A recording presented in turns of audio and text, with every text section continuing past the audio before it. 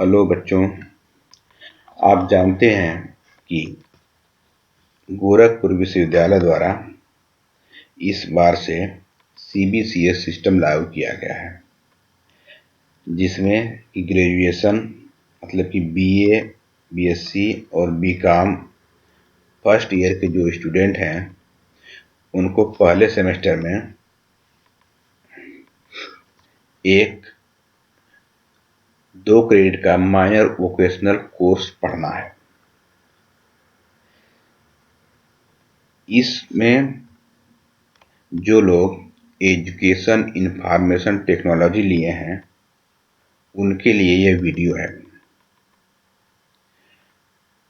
क्योंकि यूनिवर्सिटी ने बहुत जल्दबाजी में सिलेबस लागू किया और तुरंत परीक्षाएं भी स्टार्ट हो गई, समय भी नहीं मिल पाया।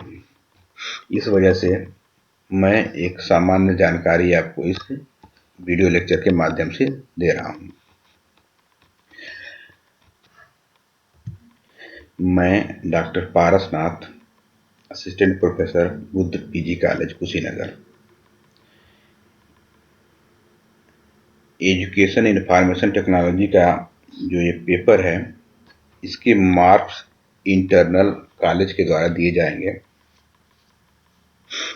इसके बारे में असाइनमेंट वगैरह या जो एग्जाम होगा उसके बारे में आपको जानकारी दी जाएगी, लेकिन पहले आपको एक सामान्य जानकारी हो जाए तभी नंबर देना अच्छा लगेगा। इसलिए इन सभी लेक्चर जो मैं अपलोड करूंगा उसको कम से कम 1-2 बार जरूर आप लोग देखें। यह सिलेबस है। सिलेबस में कुल 11 यूनिट हैं। पहला यूनिट 1 से 6 तक की जो यूनिट है, इस यूनिट में आप देखेंगे काफ़ी थ्योरेटिकल चीज़ें हैं। यूनिट 1 में कंप्यूटर का विकास, कंप्यूटर की पीढ़ियाँ और उसके कंपोनेंट के बारे में पढ़ना है। यूनिट 2 में इनपुट डिवाइसेज के बारे में पढ़ना है। यूनिट 3 में आउटपुट डिवाइसेज के बारे में पढ़ना है। यूनिट जो है 4 है, उसमें हम सॉफ्टवेयर के कॉन्सेप्ट के बारे में पढ़ेंगे। System software, utility software, application software, ये सब कंप्यूटर की लैंग्वेज के बारे में पढ़ेंगे। और 5वां जो यूनिट है उसमें उसकी ऑपरेटिंग सिस्टम के बारे में पढ़ेंगे। और 6वें में नेटवर्क और इंटरनेट वगैरह के बारे में पढ़ेंगे।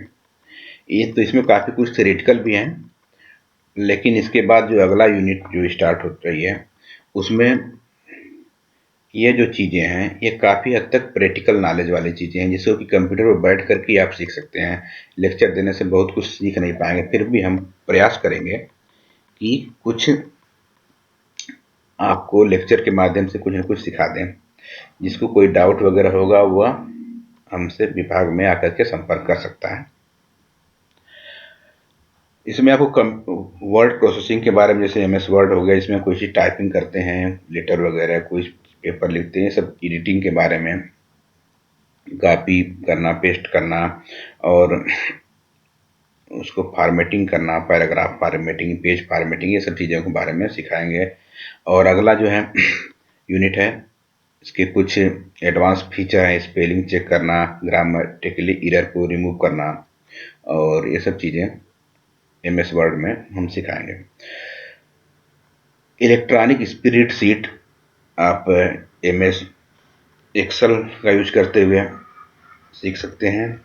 और एक्सेल में का यूज खासतौर से मैथमेटिकल कैलकुलेशन और स्टैटिस्टिकल डेटा को रिप्रेजेंट करने के लिए, चार्ट बनाने के लिए, एक टेबल फॉर्मेटिंग के लिए यूज किया जाता है।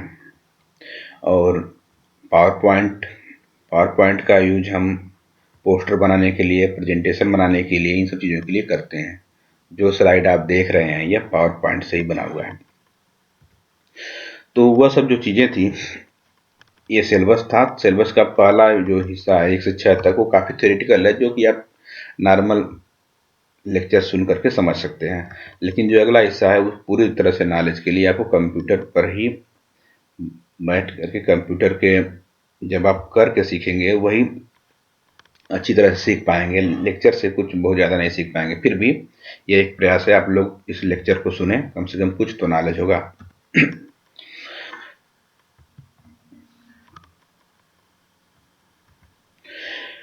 थोड़ा सा हम कंप्यूटर के इंट्रोडक्शन के बारे में पढ़ते हैं। आज के ज़माने में, जैसे एक ज़माना था कि दो तरह के आदमी होते थे, एक लोग पढ़े लिखे और एक अनपढ़। तो पढ़े लोगों की लाइफ कई मामले में थोड़ा आसान होती थी, कहीं कुछ लिखा है पढ़ सकते हैं, कोई सूचनाएं वगैरह। अनपढ़ लोग थोड़ा सा अपने आप को कई चीज़ों में उनका जीवन थोड़ा कठिन होता था। उसी तरह से कंप्यूटर का दौर जो चल रहा है, कंप्यूटर का नॉलेज हमारे पास अगर नहीं है सामान्य रूप से, तो हम एक अनपढ़ की तरह से ही समझे जाएंगे तो अलग बात है, हमारी लाइफ थोड़ी कठिन हो जाएगी। यहाँ पर बहुत चीज़ें हैं। कंप्यूटर का यूज हर एक फील्ड में हो रहा है, चाहे वो साइंस हो, चाहे वो गवर्नमेंट हो, चाहे वो मेडिकल फील्ड हो, चाहे वो एजुकेशन हो, चाहे छोटी से छोटी दुकानें हों, या अपने घर में कोई भी घर ऐसा नहीं हुआ जिसके यहाँ मोबाइल ना हो आज के ज़माने में, या कोई ऐसा नहीं हुआ जिसने मोबाइल वगैरह का यूज ना किया हो। तो ये सब चीज़ें कंप्यूटर के ही यूज हैं जो कि हम डेली लाइफ में देखते हैं। किसी से बात करना होता है, हम मोबाइल से बात कर लेते हैं उसमें, और वीडियो कॉल करना है, व्हाट्सएप है, और तरह तरह के सोशल साइट्स हैं, डेटिंग साइट्स आप जानते हैं। तो इसका ये टेक्नोलॉजी का यूज है। और जैसे पढ़ाई हो रही होती है, जूम ऐप है, गूगल मीट है, कॉलेज का भी एक ऐप है हमारे, मतलब हमारा जो कॉलेज बुद्धा पीजी कॉलेज का भी एक ऐप है जो इसमें चल रहा है, हालांकि शायद नहीं रहा। तो इस तरह ऑनलाइन प्लेटफॉर्म पर पढ़ाई होती है या मीटिंग कर सकते हैं। तो इसका यूज किए होंगे, अगर किसी को हमको पैसा भेजना है आज के समय में, तो क्या करते हैं हम, मोबाइल से पेटीएम या गूगल पे या भीम ऐप से यूज करके हम पैसा भेज देते हैं, जरूर नहीं कि हम वहाँ पर जा करके ही दें। तो ये सब लाइफ हमारी इजी हो गई। कहीं जाना होता है, हम मोबाइल में उसका मैप में डाल के सर्च कर लेते हैं, पता चल जाता है। और किसी को कोई संदेश भेजना है, कोई फाइल भेजना है, तो हम ईमेल वगैरह कर लेते हैं। आज के दौर में सभी लोगों को कम से कम एक अपना इंटरनेट का जो एक आइडेंटिटी है, उसको एक होना चाहिए हर एक व्यक्ति के पास, कम से कम कुछ नहीं तो अपना खुद का ईमेल होना चाहिए। हम देखते हैं बहुत से बच्चे आते हैं अपना फॉर्म वगैरह फॉरवर्ड कराने, ईमेल आईडी तक नहीं लिखते हैं, अपना ईमेल आईडी में दुकान वाले का ईमेल आईडी डाल देते हैं। तो कम से कम आज के दौर में आप अपना एक ईमेल आईडी बना लीजिए, ताकि जो भी जानकारी हो आपको वहाँ पर मिल जाए। जैसे करेंगे तो कोई फॉर्म भरेंगे, ईमेल आईडी अपने की जगह दूसरे की डाल देंगे, तो कोई जो इन्फॉर्मेशन आपको आती है वो आपके यहाँ नहीं मिल पाएगी। तो एक ईमेल आईडी सबके पास होना चाहिए कम से कम। और जैसे आप कोई फॉर्म भरते हैं तो हम ऑनलाइन भरते हैं, पहले जमाना था ऑफलाइन फॉर्म होते थे, अब ऑनलाइन फॉर्म भरे जाते हैं, ऑनलाइन फीस जमा हो जाती है, तमाम चीज़ें। तो कंप्यूटर का यूज हर एक फील्ड में बढ़ रहा है। तो अगर हम इस दौर में कदम से कदम मिला के नहीं चलेंगे तो हम बहुत पीछे रह जाएंगे। शायद यही सोच करके इस पेपर को सिलेबस में डाला गया है। तो कंप्यूटर का यूज कहाँ पर हो रहा है बताने जो तो नहीं है, कंप्यूटर का बहुत अधिक यूज हो रहा है। और अब आगे हम देखते हैं, यह हमारे सिलेबस का पहला यूनिट है, जिसमें आपको कंप्यूटर का इवोल्यूशन, कंप्यूटर का विकास के बारे में, कंप्यूटर की कौन सी पीढ़ियाँ उसके बारे में, और उसके फंक्शनल कंपोनेंट के बारे में हमको पढ़ना है। हम बहुत शार्ट में बताना चाहेंगे, सिर्फ समय भी कम है और आप लोगों के पास भी समय कम है, परीक्षाएं चल रही हैं इसलिए। तो कंप्यूटर की एक डेफिनेशन हमने यहाँ पर लिखा है। कंप्यूटर की बहुत सी डेफिनेशन हो सकती हैं, हमने एक सिंपल डेफिनेशन लिखा है। कंप्यूटर इज ए मशीन और device which performs calculations, operations and processes based on instruction given. मतलब कंप्यूटर एक ऐसी मशीन है जो कि कैलकुलेशन करता है और तरह तरह के ऑपरेशन, मतलब तरह तरह से क्रियाएं करता है, और प्रोसेस माने भी प्रोसेसिंग क्रियाएं ही होता है, करता है बेस्ड ऑन इंस्ट्रक्शन गिवन, जो इसको इंस्ट्रक्शन दिए जाते हैं उसके बेसिस पर।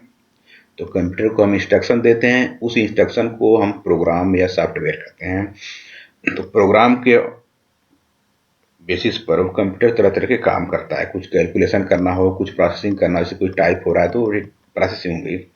कंप्यूटर के लैंग्वेज हम उसको प्रोसेसिंग या ऑपरेशन कहते हैं। तो प्रोसेसिंग हो गई, कंप्यूटर टाइप कर रहा है, टाइप हो रहा है, कोई वीडियो प्ले हो रहा है, कुछ भी जो भी चीज़ें हैं उसको हम एक वर्ड में कर सकते हैं प्रोसेसिंग। कैलकुलेशन वगैरह सब चीज़ों को। तो जो भी कंप्यूटर प्रोसेसिंग कर रहा है वह एक इंस्ट्रक्शन के द्वारा करता है, अपने आप नहीं करता। वह इंस्ट्रक्शन का जो सेट होता है उसी को हम प्रोग्राम करते हैं। तो कंप्यूटर एक ऐसी मशीन है जिसमें कि हम कुछ डाटा एंटर करते हैं, कुछ जानकारी उसको देते हैं, उस जानकारी को प्रोसेस करके हमको रिजल्ट देता है। जो रिजल्ट देता है वह कहलाएगा कंप्यूटर का आउटपुट। तो कंप्यूटर का विकास के बारे में हम देखेंगे तो जो कंप्यूटर आजकल दिख रहा है शुरू से वैसा नहीं था। कंप्यूटर के कॉन्सेप्ट का ये एक डिवाइस है जिसको कि बच्चे गिनती सीखने में यूज करते हैं। यहाँ पर छोटी यहाँ पर बीट्स लगी हुई हैं जिसको कि 1 2 3 करके गिनती बच्चे सीखते हैं। इसका नाम अबाकस है। गिनती सीखना, इकाईदारी सीखना, ये सब बच्चे सीखते थे इससे, अभी भी सीखते हैं। इसमें कंप्यूटर का कॉन्सेप्ट एक थोड़ा सा छिपा हुआ है। जैसे कि आप 1 बिट्स डालें तो हमको दिखाई देगा कि 1 बिट्स है, एक और इसमें डालें 2 बिट्स हो गया तो हमको दिखाई दे रहा है 2 बिट्स। तो वहाँ पर हमने डाटा इंटर किया 1, फिर इंटर किया 1, तो हमने इंटर कर दिया इनपुट डिवाइस और वहाँ को दिखने लगा कि 2 उसमें आ गया। तो हम यहाँ पर सीख सकते हैं 1 + 1 = 2। तो यह एक सिंपल कंप्यूटर कॉन्सेप्ट पर आधारित ये डिवाइस था। इसको हम कह सकते हैं कि ये कंप्यूटर के विकास का ये पहला स्टेप था। लेकिन जो कंप्यूटर जो एडवांस लेवल कंप्यूटर का विकास हो रहा था उसमें सबसे पहला नाम आता है चार्ल्स बेबेज ने, जिन्होंने एक मैकेनिकल डिवाइस बनाया जो कि कैलकुलेशन वगैरह करता था। ये जो डिवाइस देख रहे हैं आप स्क्रीन पर, यह डिवाइस जो है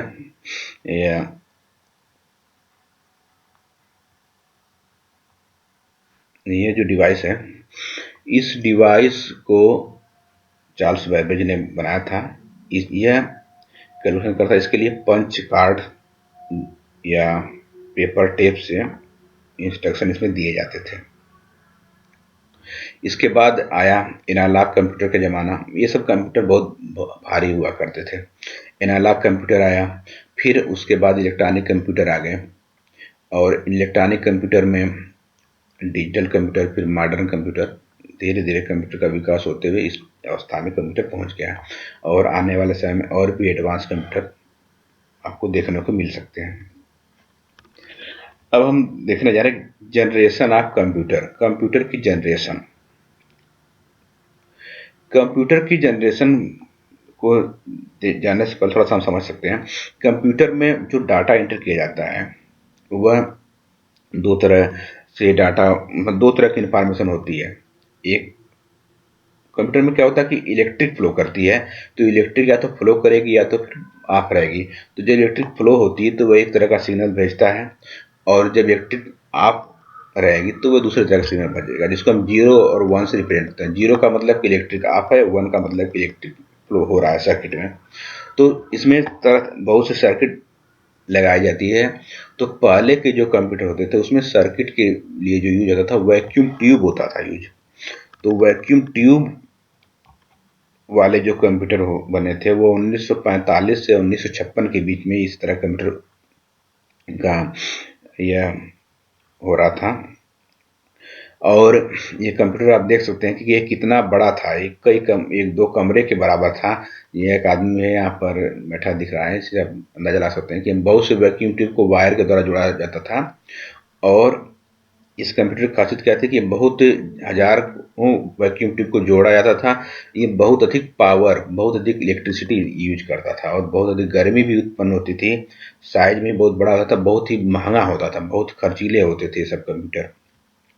और ये मशीनी लैंग्वेज का यूज करते थे और इसमें पंच कार्ड और पेपर टेप के द्वारा जो है इसमें इंस्ट्रक्शन दिया जाते थे।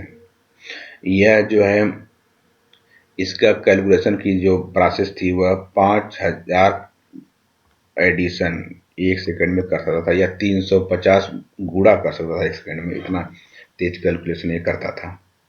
तो इसके बाद फिर अगला जनरेशन आई कंप्यूटर की, वहाँ पर हम ये ट्रांजिस्टर का यूज करने लगे। पहले वैक्यूम ट्यूब होता था, अब वैक्यूम ट्यूब के बजाय ट्रांजिस्टर का यूज करने लगे। ट्रांजिस्टर आप लोग 12 में पढ़े होंगे, पीएनपी डायोड या एनपीएन डायोड इस तरह का। तो ट्रांजिस्टर एक ऐसे सिस्टम होते हैं जो कि इलेक्ट्रिक फ्लो करने देता है, कुछ सिचुएशन में फ्लो करने देगा, कुछ में नहीं फ्लो करने देगा। तो वह सिचुएशन उसके अंदर क्या होती है उसके बारे में नहीं बताएंगे, लेकिन आप जानते हैं ट्रांजिस्टर का काम क्या होता है। तो ये ट्रांजिस्टर जो होते हैं इस साइज में बहुत छोटे होते थे वैक्यूम ट्यूब के कंपैरिजन में। तो बहुत से ट्रांजिस्टर को लगा करके जोड़ करके बनाया जाता था ये कंप्यूटर। तो ये अब थोड़ा सा कंप्यूटर क्या हो गया, पहले वाले से थोड़ा छोटे बनने लगे, थोड़ा सा सस्ते होने लगे, एनर्जी थोड़ा कुछ पहले से कम यूज करने लगे, थोड़ा हीट भी कम होती थी, और इसमें कुछ सेव भी किया जाता था, कुछ डाटा वगैरह को मेमोरी के फॉर्म में सेव भी किया जाने लगा। यह मशीनी लैंग्वेज का यूज करते थे अभी, मशीनी और असेंबली लैंग्वेज। मशीनी लैंग्वेज जानते हैं आप, 0 और 1 के द्वारा जो लैंग्वेज यूज की जाती है, बाइनरी लैंग्वेज, वह ही होती है मशीनी लैंग्वेज। अब इसके बाद तीसरा जनरेशन के जो कंप्यूटर की आई, तीसरी पीढ़ी, वो 1964 से 1971 के बीच में थी। अब यहाँ पर हम इंटीग्रेटेड सर्किट, जिसको हम आईसी कहते हैं, आईसी का यूज होने लगा। आईसी क्या होती है कि एक इस चिप टाइप, ये छोटा सा ये जो है, इसमें बहुत से ट्रांजिस्टर होते हैं, करीब एक में हजारों ट्रांजिस्टर होते हैं एक आईसी में। तो बहुत से ट्रांजिस्टर को एक इंटीग्रेशन करके कुछ जोड़ करके बनाया जाता है आईसी। तो बहुत से ट्रांजिस्टर का एक सेट होता है, जिसको आईसी कहते हैं। तो अब आईसी आ जाने की वजह से कंप्यूटर और छोटे छोटे बनने लगे, थोड़ा छोटे हो गए, और तेज चलने वाले कंप्यूटर बन गए, सस्ते होने लगे। ठीक है। तो और यह इसमें हम डाटा एंटर करने के लिए वहाँ पर जैसे पंच कार्ड वगैरह का यूज करते थे, यहाँ पर अब हम इनपुट डिवाइस यूज करने लगे, जैसे कीबोर्ड वगैरह इनपुट डिवाइस का यूज करने लगे हम यहाँ पर। और मॉनिटर मैंने जो डिस्प्ले दिखता है उस मॉनिटर का, तो मॉनिटर का यूज करने लगे, और ऑपरेटिंग सिस्टम का भी यूज होने लगा इसमें। इसके बाद आ गया फोर्थ जनरेशन ऑफ कंप्यूटर। इस चौथे जनरेशन ऑफ कंप्यूटर में आप देखेंगे कि ये जो चल रहा है, ये फोर्थ जनरेशन ऑफ कंप्यूटर चल रही है, ये 1971 से लेके अब तक। तो यहाँ पर हम आईसी के जगह पर हमने यूज किया VLSI, very large scale integration. इसको हम माइक्रो प्रोसेसर कहते हैं। इस माइक्रो प्रोसेसर में बहुत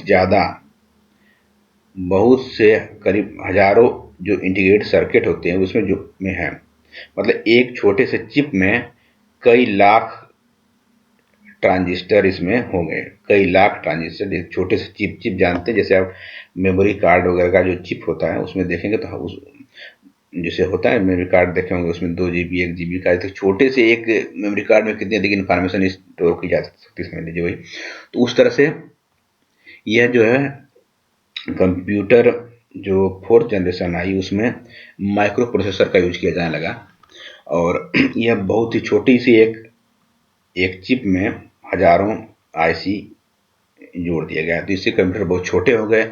अब उस कंप्यूटर को हम एक जगह दूसरी जगह हम लेकर के भी जा सकते थे। कंप्यूटर सस्ते हो गए, कोई भी एक सामान्य व्यक्ति खरीद सकता था कंप्यूटर। तो पहले कंप्यूटर बहुत महंगे होते थे, करोड़ों या उससे भी ऊपर के, तो किसी व्यक्ति के पास कंप्यूटर खरीदना कठिन होता था। नॉर्मली यह किसी गवर्नमेंट के पास या गवर्नमेंट के संस्थाओं में ही होता था, जहाँ पर गवर्नमेंट के लोग या वैज्ञानिक लोग अपना कोई भी कार्य वगैरह करते थे कंप्यूटर पर। यह फोर्थ जनरेशन ऑफ कंप्यूटर इसमें चल रही है। आप देख सकते हैं इस तरह के जो LCD बेस्ड कंप्यूटर बनने लगे हैं आजकल। अभी फिफ्थ जनरेशन जो कंप्यूटर है वह फ्यूचर का कंप्यूटर है, और इस समय भी थोड़ा बहुत इसका यूज चल रहा है। यह कंप्यूटर में अल्ट्रा लार्ज स्केल इंटीग्रेशन का यूज किया जाता है। उससे भी जो आपने इसके पहले पढ़ा VLSI से भी ज़्यादा ULSI का यूज किया जाएगा, और इसमें एक छोटे से चिप में करोड़ों या लाखों जो थे ट्रांजिस्टर थे।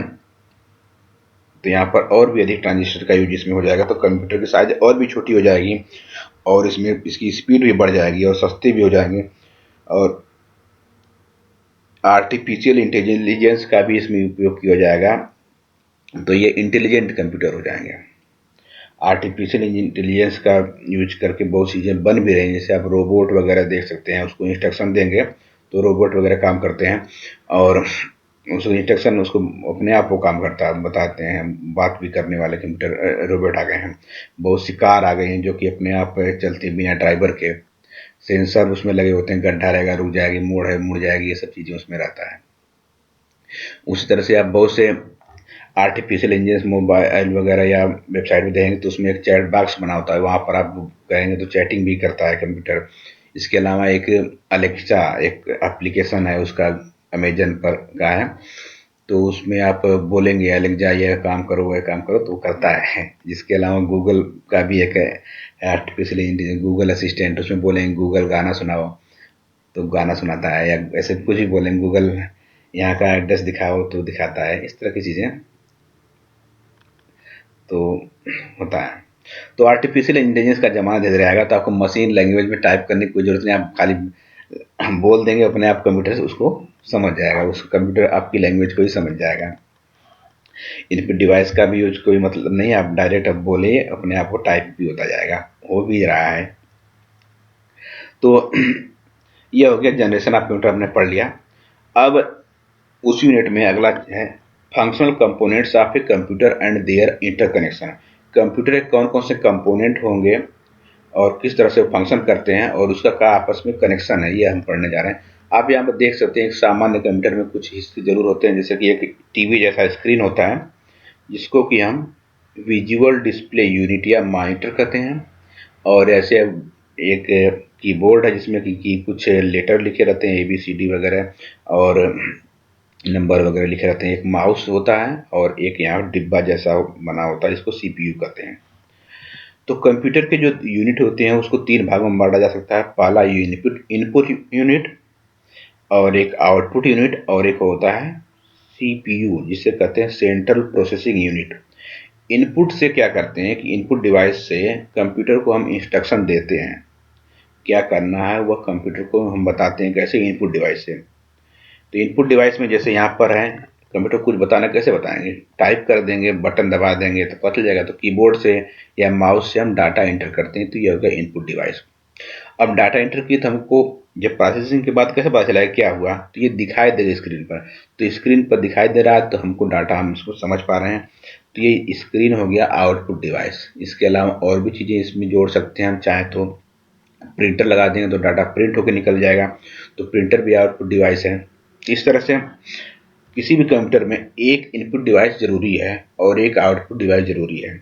एक से ज़्यादा भी हो सकते हैं लेकिन कम से कम एक तो होना ही चाहिए, और आउटपुट डिवाइस में कम से कम एक जरूरी है, एक से अधिक भी कर सकते हैं हम चाहे तो। प्रिंटर लगा सकते हैं, न भी लगाएं अलग बात है, प्लाटर लगा सकते हैं। उसमें गाना सुनना है तो कोई उसमें स्पीकर लगा दीजिए, तो ये भी एक आउटपुट डिवाइस हो गया। तो इनपुट डिवाइस आउटपुट डिवाइस। और एक होता है CPU, जो इसका मेन मशीन है वह CPU कहलाता है। CPU में जो कई हिस्से होते हैं, एक होता है अर्थमेटिक लॉजिकल यूनिट। तो अर्थमेटिकल लॉजिकल यूनिट का मेन काम होता है कि मैथमेटिकल कैलकुलेशन करना, जोड़ घटाना, ये सब करता है वह। और एक यूनिट है कंट्रोल यूनिट, यह जो कंप्यूटर की प्रोग्रामिंग को कंट्रोल करता है, कौन सी इंस्ट्रक्शन पहले दी जाएगी कौन उसके बाद, वह उस इंस्ट्रक्शन के स्टेप को कंट्रोल करता है। और एक यूनिट होता है मेमोरी यूनिट। मेमोरी यूनिट क्या करता है कि कंप्यूटर में जो फाइल वगैरह स्टोर होती है उसको, मतलब जो डेटा स्टोर होता है उसको स्टोर करता है। उसके अलावा उसमें जो प्रोग्राम वगैरह होती हैं उसको स्टोर करता है मेमोरी यूनिट। तो तीन यूनिट हो गई। तो यह कहाँ होता है, यह CPU, ये जो बॉक्स डिब्बा बना इसी के अंदर ये सब रहता है। तो कंप्यूटर का 12 यूनिट हमने पढ़ लिया। आपको बहुत बहुत धन्यवाद।